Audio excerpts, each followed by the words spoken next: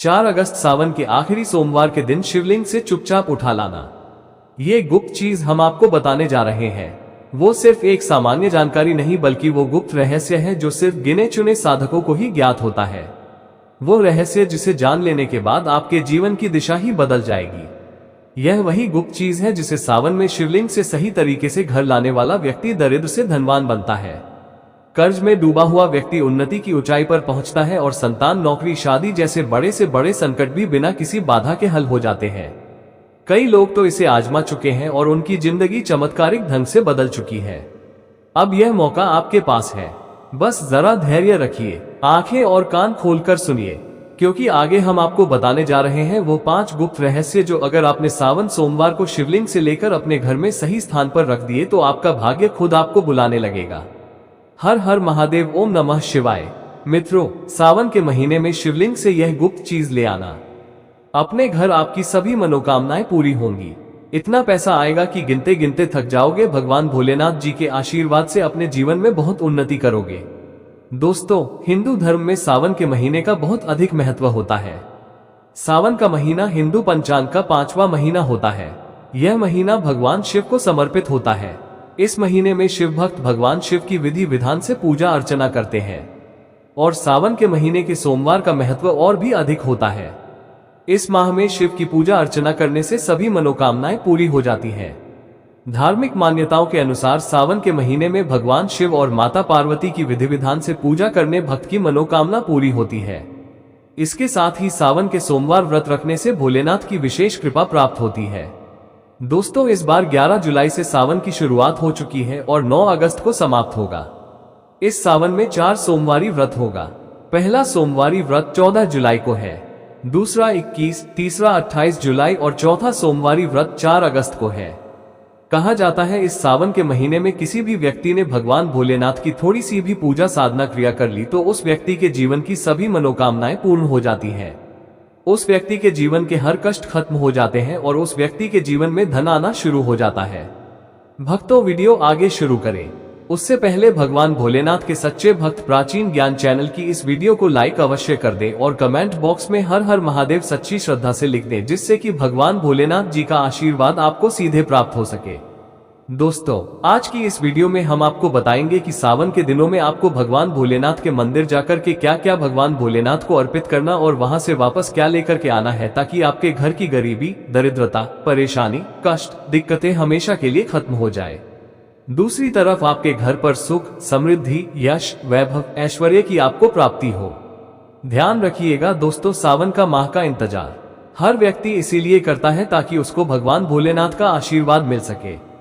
कहा गया है कि देवों के देव भगवान भोलेनाथ अगर किसी भी व्यक्ति को आशीर्वाद दे दे तो उस व्यक्ति का साक्षात काल भी आकर कुछ नहीं बिगाड़ पाता है। इसीलिए आज की इस वीडियो में हम आपको बताएंगे कि कैसे आप सावन के दिन, जो बहुत ही पावन दिन है, इस दिन भगवान भोलेनाथ को प्रसन्न कर सकते हैं। कैसे आपको भगवान भोलेनाथ का आशीर्वाद प्राप्त हो सकता है और कैसे सावन के दिनों में शिवलिंग की आपको पूजा करनी है, वह भी खास उपाय करते हुए कैसे आपको शिवलिंग पर क्या क्या चढ़ाना है और क्या क्या वहां से लेकर अपने घर पर वापस लेकर आना है, ताकि आपके घर पर अन्न और धन का भंडार कभी भी कम ना हो। देखिए दोस्तों, आपके जीवन में कितनी ही बड़ी परेशानी हो, कितनी ही बड़ी दिक्कत क्यों ना हो, मान लीजिए आपके जीवन में धन की समस्या है, मान लीजिए आप नौकरी की प्राप्ति के लिए बहुत ही ज्यादा परेशान हो चुके हैं, आपके शत्रुओं ने आपको घेर लिया है, संतान की प्राप्ति आपको हो नहीं पा रही है, तो एक बात का ध्यान रखिएगा दोस्तों, सावन का पावन दिन एक ऐसे दिन होते हैं जिस दिन कोई भी व्यक्ति अगर थोड़े से उपाय कर लेता है, भगवान भोलेनाथ की साक्षात पूजा कर लेता है, तो उस व्यक्ति की कितनी ही बड़ी मनोकामना हो, कितनी ही बड़ा कष्ट हो, वो खत्म हो जाता है और उसकी मनोकामना पूर्ण हो जाती है। दोस्तों, मान लीजिए आपके ऊपर कोई दोष लगा हुआ है, जैसे वास्तु दोष, शनि दोष, प्रकृति दोष या कोई भी दोष लगा हुआ है, तो आपको सावन सोमवार के दिन थोड़ी सी पूजा करनी है और आपका दोष खत्म हो जाएगा। आपके जीवन से सभी परेशानियां चली जाएंगी और आपके जीवन में जो धन आना बंद हो गया था उसका आगमन वापस शुरू हो जाएगा। मान के चलिए आपके जीवन में कभी भी कोई परेशानी नहीं रहेगी। बस दोस्तों, आज की इस वीडियो को लास्ट तक देख लीजिए और मान के चलिए भगवान भोलेनाथ के आशीर्वाद से आपकी सभी मनोकामनाएं भी पूरी होंगी और आपके जीवन की सभी परेशानियां भी चली जाएंगी। देखिए, एक बात कही गई है कि जब भी हम भगवान भोलेनाथ की पूजा करते हैं, हमें धैर्य रखना चाहिए, विश्वास रखना चाहिए और श्रद्धा के साथ भगवान भोलेनाथ की पूजा करनी चाहिए, क्योंकि भगवान भोलेनाथ बहुत ही भोले हैं। वो किसी भी व्यक्ति की थोड़ी सी ही पूजा से, साधना से तुरंत ही प्रसन्न हो जाते हैं। इसलिए दोस्तों, सावन सोमवार के दिन कुछ ऐसी चीजें हैं जो आपको अवश्य पता होनी चाहिए, क्योंकि सावन सोमवार के दिन अगर आप भगवान भोलेनाथ के सामने पूजा करने जा रहे हैं तो मान के चलिए दोस्तों, आपने अगर कोई गलती कर दी तो भगवान भोलेनाथ आपसे क्रोधित हो जाएंगे, और आपने सही तरीके से पूजा की होगी तो साक्षात आपको भगवान भोलेनाथ उसी दिन आशीर्वाद दे देंगे और उस दिन के बाद आपके जीवन में कभी कोई परेशानी नहीं आएगी। आपको हमें एक एक चीज बताने जा रहे हैं, इसलिए इस वीडियो को लास्ट तक देखिएगा। सबसे पहले आपको भगवान भोलेनाथ के मंदिर जाना होगा। ये जितने भी उपाय आपको बताए जाएंगे, यह मंदिर के उपाय होंगे। देखिए, होता क्या है कि कई लोग हमसे पूछते हैं कि गुरुजी, हमारे घर पर शिवलिंग है, क्या हम घर पर पूजा नहीं कर सकते हैं? तो इसका उत्तर है नहीं भक्तों, आपको मंदिर जाना पड़ेगा, क्योंकि मंदिर का जो शिवलिंग होता है और जो घर का शिवलिंग होता है, इसमें बहुत ज्यादा फर्क होता है।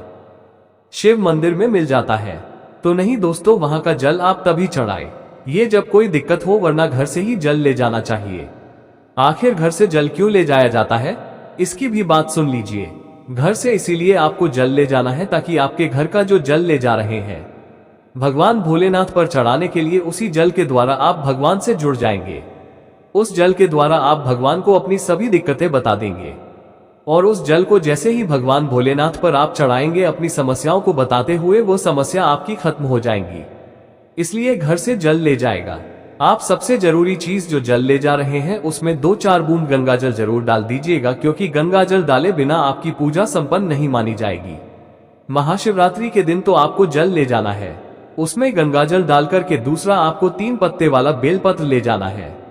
दोस्तों, बेलपत्र बहुत ही शुभ होता है। आपने अगर मान लीजिए एक तरफ 1000 कन्याओं को खाना खिलाया है, दूसरी तरफ भगवान भोलेनाथ को बेलपत्र चढ़ाया है, तो ये दोनों बराबर माने जाते हैं, इसलिए बेलपत्र जरूर ले जाएगा। तीसरा, आपको सफेद पुष्प ले जाना है।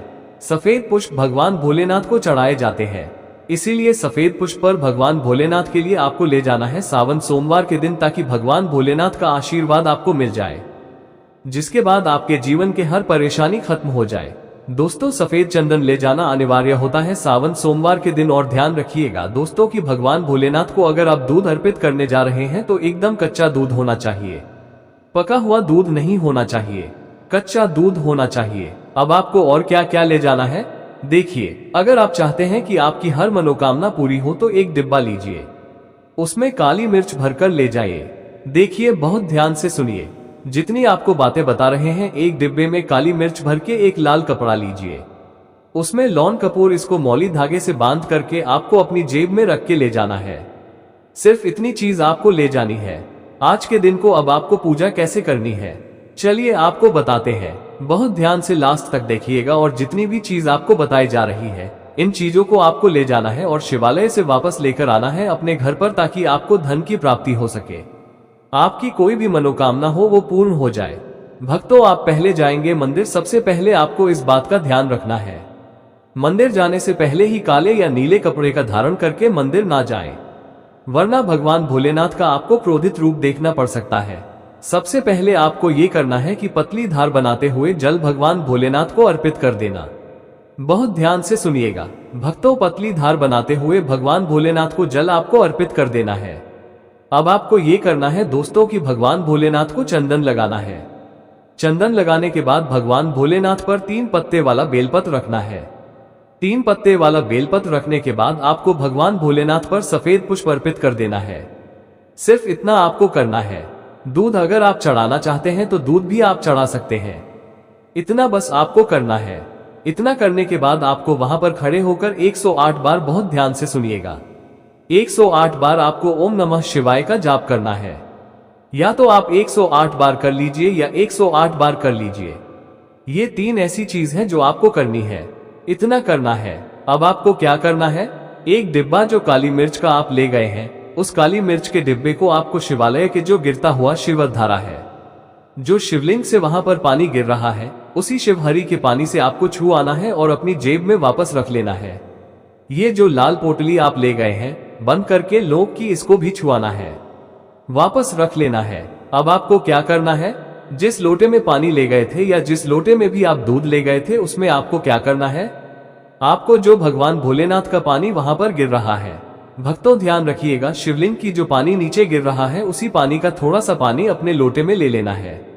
जो आपने लोटे में पानी भरकर ले गए हैं वो पानी वापस बचाना नहीं है, वो तो पूरा आपको भगवान भोलेनाथ को अर्पित कर देना। जो शिवलिंग से पानी गिर रहा है उस पानी को आपको अपने लोटे में वापस ले लेना है। भक्तों मान लीजिए आप ये सोच रहे होंगे कि कई लोग वहां पर पानी चढ़ा रहे हैं, तो इस बात की आप चिंता ना करें, क्योंकि भगवान भोलेनाथ के शिवलिंग पर जब भी पानी चढ़ाया जाता है वो अमृत बन जाता है। कहा जाता है कई देवी देवता शिवलिंग के पास अदृश्य रूप में खड़े होते हैं ताकि शिवलिंग से गिर रहा पानी वो धारण कर सके। इतना पवित्र होता है शिवलिंग से गिरता हुआ पानी। तो शिवलिंग से गिरता हुआ पानी को आपको अपने लोटे में ले लेना, सिर्फ थोड़ी सी बूंदे ले लेनी है। अब आपको क्या करना है, आपको घर वापस आना है जो आपने लोटे में पानी लिया है। भक्तों इसको घर पर आते ही घर के लोग जो हैं आपके उनके ऊपर थोड़ा थोड़ा पानी छिड़क देना है। घर के हर कोने में पानी छिड़क देना है, घर के मुख्य द्वार पर पानी छिड़क दे। ना सिर्फ इतना आपको करना है, इतना आपने कर दिया, अब मान लीजिए पूरे साल आपके घर पर नकारात्मक शक्तियां नहीं आ पाएंगी। आपके घर पर कोई काला जादू काली विद्या करवाने की कोशिश करेगा तो वो आपके घर पर नहीं कर पाएंगे। इससे आपके घर से नकारात्मक शक्तियां चली जाएंगी और सकारात्मक ऊर्जा आ जाएगी। ये जो अब काली मिर्च का भगवान भोलेनाथ जी के शिवलिंग से छुआ कर लाए हैं, इसको पूजा घर में रखें। ये जो काली मिर्च का डब्बा है आपके पास, इसे कभी भी आप किसी शुभ कार्य के लिए निकले, जैसे मान लीजिए आप बिजनेस मीटिंग के लिए जा रहे हैं, नौकरी की प्राप्ति के लिए जा रहे हैं, काली मिर्च घर के मुख्य द्वार से पहले रख के उसको कुचलते हुए निकालिए।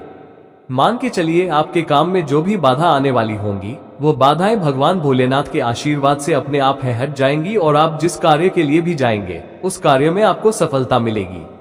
दोस्तों भगवान भोलेनाथ का यहाँ पर आपको साक्षात आशीर्वाद मिलेगा सावन सोमवार के दिन, और आपके जीवन से हर परेशानी चली जाएगी। सावन सोमवार की रात आप अपनी सभी प्रकार के बुरी अनिष्ट शक्तियों से छुटकारा पा सकते हैं। जो लोग भोलेनाथ माता पार्वती की पूजा करना चाहते हैं वो इस दिन अपने घर पर पारद का शिवलिंग रख लीजिए। अभिमंत्रित होना चाहिए। जो भी शिवलिंग आप रखें अच्छे से उनको मंत्रों द्वारा भी अभिमंत्रित करके रखें। स्फटिक हो, नर्मदेश्वर शिवलिंग हो, कोई भी रखिए, अच्छे से उनको भोलेनाथ को अपने घर पर ही पूजन कीजिए। एक लोटा जल चढ़ाकर, क्योंकि मंदिरों में बहुत भीड़ भाड़ होती है और सावन सोमवार पर यही भीड़ का नजारा बहुत ही खूबसूरत लगता है। कोने कोने में शिव भक्त है। अगर आप मंदिर में नहीं जा सके या ठीक से जल नहीं चढ़ा पाए तो घर में ही शांति से आप पूजन करें। गन्ने का रस हुआ, पंचामृत हुआ, इससे आप इस दिन भोलेनाथ का अभिषेक कीजिए। दूध, दही, घी, शहद, शक्कर, पंचामृत बना करके अभिषेक कीजिए। दोस्तों फिर भोलेनाथ का श्रृंगार कीजिए। चंदन चढ़ाए, अक्षत चढ़ाए, जनेऊ अर्पित कीजिए। थोड़ा सा चंदन का इत्र, क्योंकि चंदन का इत्र विशेष रूप से शिव शंभू को बहुत प्रिय है, तो वो आप अर्पित कीजिए। उनके पसंदीदा पुष्प चढ़ाए, आंकड़े की माला से उनका श्रृंगार कीजिए।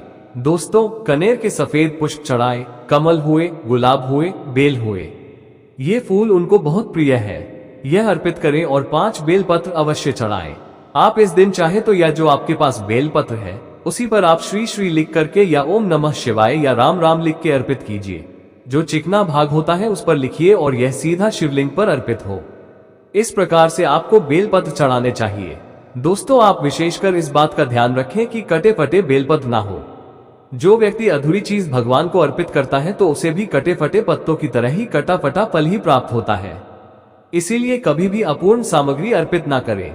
दोस्तों कहते हैं कि जब भोलेनाथ ने गले में विष धारण किया था तो आदि शक्ति मां के कहने पर देवताओं ने भगवान शिव के सिर पर भांग, धतूरा, बेलपत्र आदि रखा और निरंतर जल अभिषेक किया था, जिसकी वजह से उनके मस्तिष्क का ताप कम हुआ था और उस समय से ही भोलेनाथ को भांग धतूरा चढ़ाया जाता है। और यह बात भोलेनाथ के भक्तों में बहुत कम लोगों को ही पता है कि इसी कारण शिवलिंग पर भांग धतूरा चढ़ाया जाता है। दोस्तों अगर आपके घर में शिवलिंग है तो आज के दिन आप चाहे तो शिव जी का त्रिशूल हुआ, डमरू हुआ, ये भी आप उनको अर्पित कर सकते हैं। शिव के डमरू की दमदम की ध्वनि मंगल गुरु से संबंधित होती है, क्योंकि चंद्रमा उनके मस्तक पर विराजमान होकर अपनी क्रांति से अनंत आकाश में जटाधारी महामृत्युंजय को प्रसन्न करता है और बुध आदि ग्रह है इसमें संभाव से सहायक होते हैं। तो यह आज के दिन डमरू अर्पित करें। भोले बाबा का डमरू आप धारण भी कर सकते हैं। अभिमंत्रित करके आप अपने शरीर पर छोटा सा चांदी का डमरू धारण करें। भक्तों, अगर आपको ये प्राचीन ज्ञान चैनल के माध्यम से प्राचीन जानकारी अच्छी लगी हो तो वीडियो को लाइक कर दीजिए और कमेंट बॉक्स में सबसे दिल से हर हर महादेव लिख दीजिए। धन्यवाद।